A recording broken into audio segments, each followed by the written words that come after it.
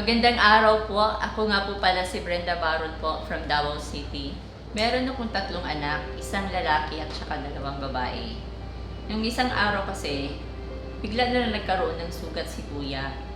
So hindi ko lang siya pinansin. Dito sa may banda sa siko niya. Akala ko baka sa paglalaro lang nila. Kaya lang, naobserbahan ko, mga ilang days doon, nagkaroon din si ate, yung pangalawang anak ko.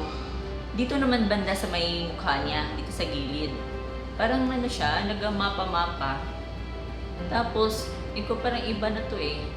Tapos, as a mother, nag-worry talaga ako. Kumbaga, nag-worry ako kasi naging yung pangatlong anak ko, yung baby, nagkaroon din siya. Sa likod naman. So, that time talaga, naisip ko kung magpapa-check up kami sa derma, kulang-kulang 5,000 yung magiging gastos. So, ang ginawa ko, since may na-introduce kasi sa amin itong product ng Miracle Magnesium Transdermal Spray, so i-try ko sa kanila, i-spray ko. In 14 days straight, napakaganda. Very amazing yung nangyayari. Natuyo yung sugat nila.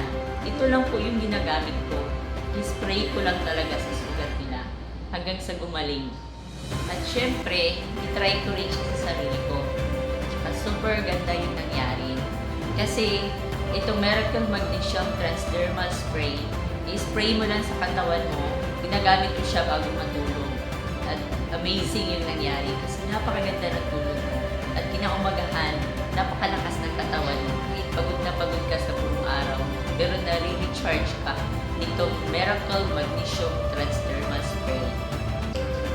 Sa lahat po na nakapanood ng video ito, huwag po kayong magdadalawang isip na itry yung produkto Miracle Magnesium Transdermal Spray.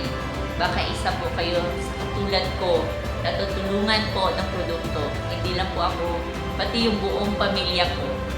Kaya maraming salamat po sa company ng SFI at lalong-lalo na sa Miracle Magnesium Transdermal Spray. Mabuhay ang SFI!